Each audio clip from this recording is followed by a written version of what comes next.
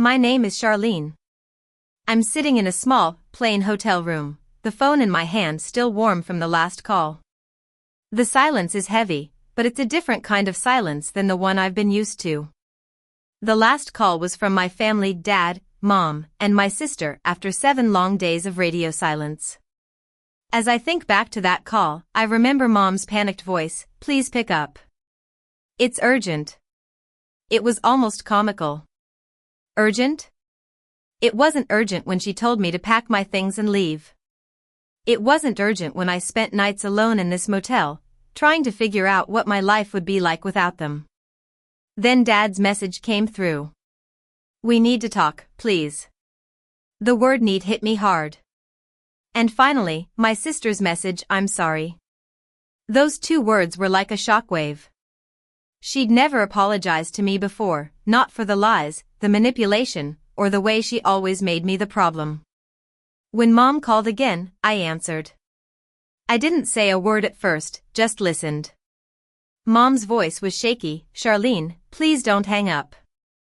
Then Dad's voice in the background, louder than usual, put it on speaker.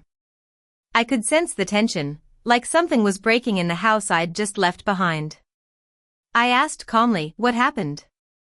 There was a long pause. Then Mom spoke again, her voice desperate: "We made a mistake." I closed my eyes. It was there, the admission, but it felt hollow.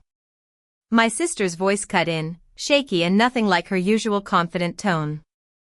"I told them to say that. I said you were making me sick, that I couldn't handle being around you. I already knew that." But then she dropped the bombshell: "I lied. I wasn't sick because of you. I just didn't want you there anymore. I didn't like that you were starting to stand up for yourself, and that Mom and Dad were finally listening to you sometimes. So I made it worse. I exaggerated everything." My grip on the phone tightened. 7 days of silence, and now the truth just came pouring out. Dad tried to explain: "We didn't know." I cut him off: "You didn't want to know." That was the truth they didn't want to admit. It was always easier for them to believe I was the problem than to question my sister. Mom started crying: "Please come back. We'll fix this. We'll make things right." Those words sounded good, but they felt empty. I looked around the room, the plain walls, the single bag by the chair, and the quiet. For the first time in my life, I felt like I could breathe. I said slowly, "You kicked me out. You didn't even hesitate." Dad quickly replied, "We were wrong. We'll make it up to you." I let out a small breath. People who break things always think they can fix them with the right words at the right time, but timing matters, and theirs had already passed. I said firmly, "I'm not coming back." The silence on the other end was heavy, crushing. Mom's voice broke: "Charlene, please." I said no again, even firmer. "You don't get to throw me away and then call me back when it's convenient." My sister started crying, but it didn't move me like it used to.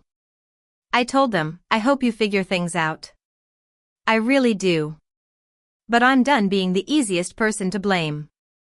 Dad made one last attempt: "At least let us help you." I replied, "I don't need help, not from people who only see my value when I'm gone." And with that, I hung up. I sat there for a moment, staring at the silent phone. Then, something unexpected happened. I smiled. It still hurt, but for the first time, the hurt didn't control me. Now, let me take you back to how it all started.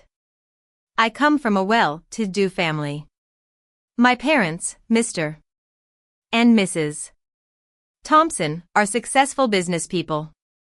Dad is a workaholic, always busy with his business deals, and Mom is a socialite, more concerned with her social status and the image of our family.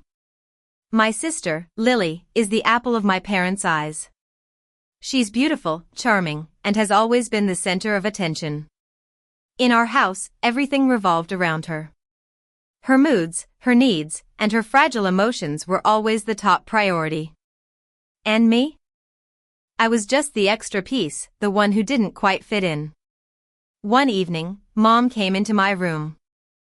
She looked at me with a cold expression and said, "Your sister gets sick every time she sees your face. Pack your things tonight." I didn't argue, cry, or even ask why.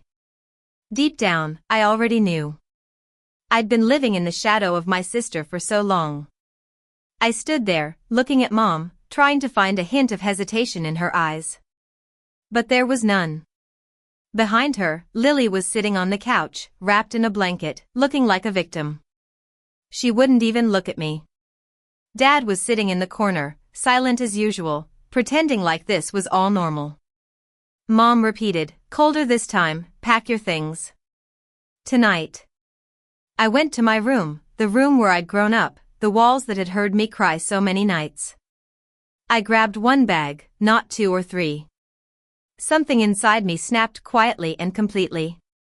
If they could throw me out like I was nothing, then I would leave like I needed nothing. I picked up the bag and left without a word. No goodbye, no looking back. The door closed behind me with a soft click, but it felt like the loudest sound I'd ever heard. It was like the final sentence of a story that had been written long before I was ready to read it. The first night was the hardest. I sat in my car for hours, parked under a dim streetlight, staring at my phone. I hoped at least Dad would reach out, tell me this had gone too far, or ask me to come back. But nothing came. So I drove and ended up at a cheap motel on the edge of town. It was the kind of place where you don't ask questions, and they don't ask you any either. I paid for a few nights, dropped my bag on the bed, and just sat there in silence. I thought I'd feel broken, that I'd cry, scream, or fall apart. But instead, I felt empty, like a weight had been lifted from my shoulders, a weight I didn't even realize I'd been carrying my whole life. Day 1 passed, then day 2. For 7 days, there were no calls, no messages. I started to notice things I'd never paid attention to before. Life was so quiet without the constant tension. Waking up without having to walk on eggshells was peaceful. There were no accusations, no guilt, and no comparisons to Lily. By day 3, I stopped checking my phone every 5 minutes. By day 4, I stopped expecting anything at all. I found a small cafe nearby and started spending my mornings there, sipping coffee, writing in a notebook, and enjoying the silence. For the first time in years, I could actually hear my own thoughts. And those thoughts weren't angry or sad. They were clear. I started writing down what I wanted, things I'd ignored for years just to keep the peace at home. Slowly, something inside me began to shift. By day 5, I realized that maybe getting kicked out wasn't the worst thing that had ever happened to me. Maybe it was the first honest thing my family had ever done. There was no more pretending, no false smiles, no fake "we care about you." The truth was laid bare in the most brutal way, but somehow, it felt freeing. A small part of me still waited, not because I needed them, but because I wanted to see if they would ever realize what they had done. Day 6 passed in complete silence. And by day 7, I'd made up my mind. I wasn't going back, no matter what. If someone can throw you away that easily, you don't go back when they change their mind. You don't wait around to be discarded again. That night, I sat on the edge of the motel bed, staring at my phone one last time before turning it off completely. And then, the calls started. Dad, Mom, and Lily, over and over again. At first, it felt powerful, like I was finally in control of something that had controlled me my entire life. But as the calls kept coming, I gained clarity. They were calling after 7 days of silence, after throwing me out like I was nothing. I picked up the phone, stared at the screen, and let it buzz in my hand until it stopped. Then the messages came, and that's when I knew I'd made the right decision. The next morning, I checked out of the motel. I didn't have somewhere perfect to go, but I was finally ready to move forward, on my own terms.